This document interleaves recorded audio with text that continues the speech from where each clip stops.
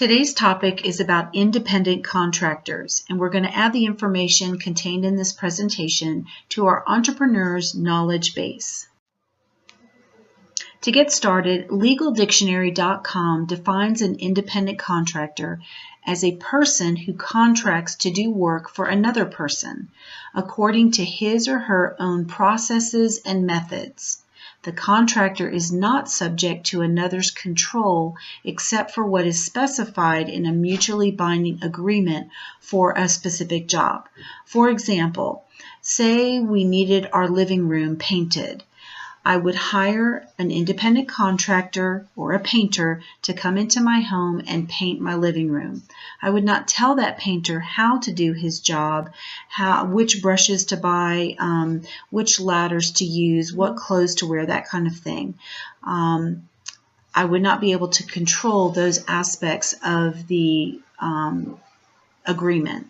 However, I would be able to agree upon how much I would expect to pay the painter and also the amount of time perhaps that it would require to get the job done.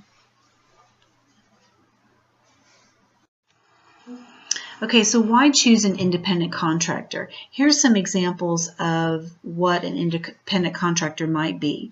Okay, it could be a painter, as we've said. It could be a chef that's hired to cater a special event, say a wedding reception for the family or a picnic barbecue. Could be a contractor to come in and fix a door that's fallen off its hinges in your home. Could be a plumber, say the kitchen sink has sprung a leak. And that needs to be fixed. Could also be a seamstress who needs to sew a wedding dress for your daughter.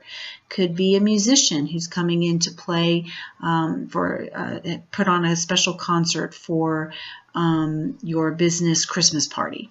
Okay, so an independent contractor contracts with another entity, could be a person or a business, to do a particular type of work.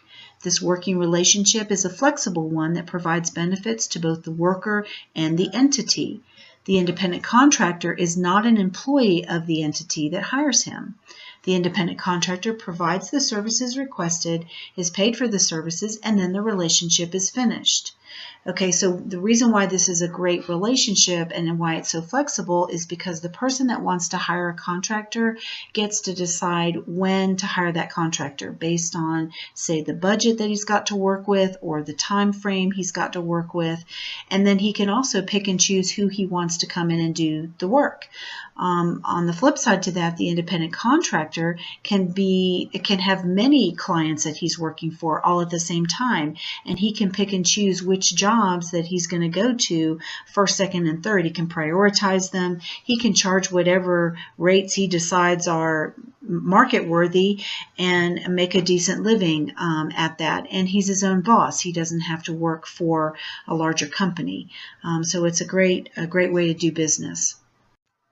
Okay, so how do you hire an independent contractor? Well, first you determine what type of work needs to be done, say painting, landscaping, or home repair, etc. Then it's your job to recruit an independent contractor to perform those duties for you. All right, so you've got to go on the internet. You've got to look up the name of, say, a painter to come in to paint the living room.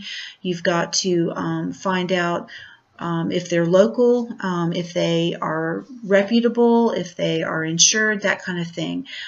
So it's your job to recruit the contractor to come into an agreement with you.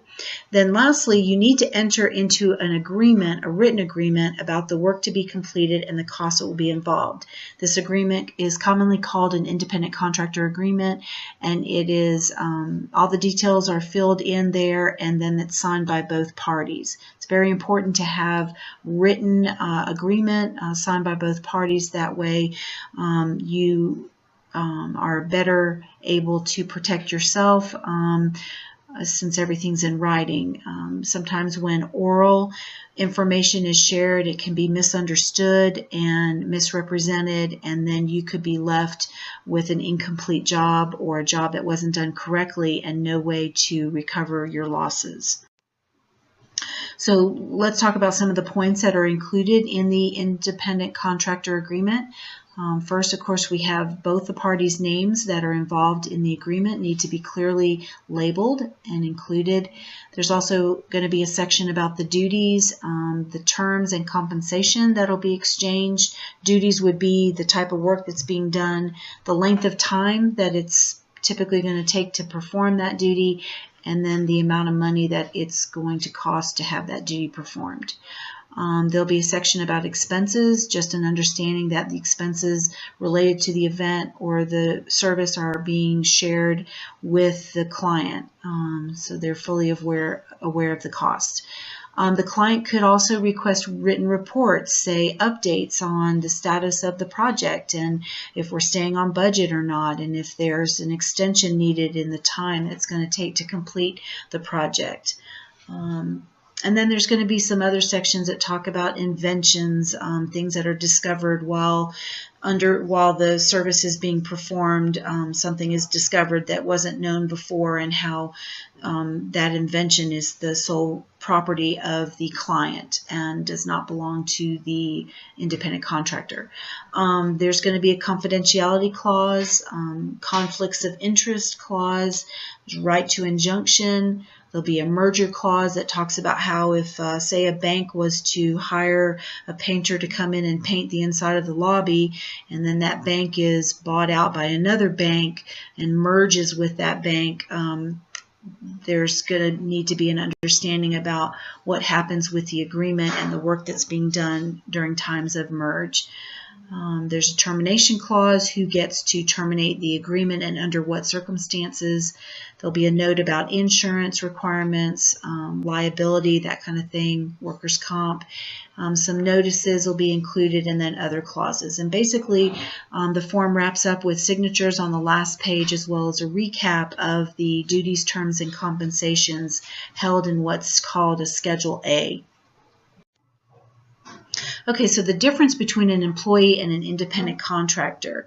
Here I've got independent contractor would operate under a business name, would have his or her own employees, would maintain a separate business checking account, would advertise his business's services, would invoice for the work completed, would have his own tools and sets his own hours, would be responsible for the entire amount of taxes that are paid to the IRS. Typically, those are done quarterly. In comparison, an employee performs duties as dictated or controlled by others. His employer is given training for the work to be done. The employee works for only one employer. The employee shares cost of Social Security and Medicare with his or her employer and pays out for those costs with the automatic withdrawal from his paycheck. The employee can be hired and fired by the employer.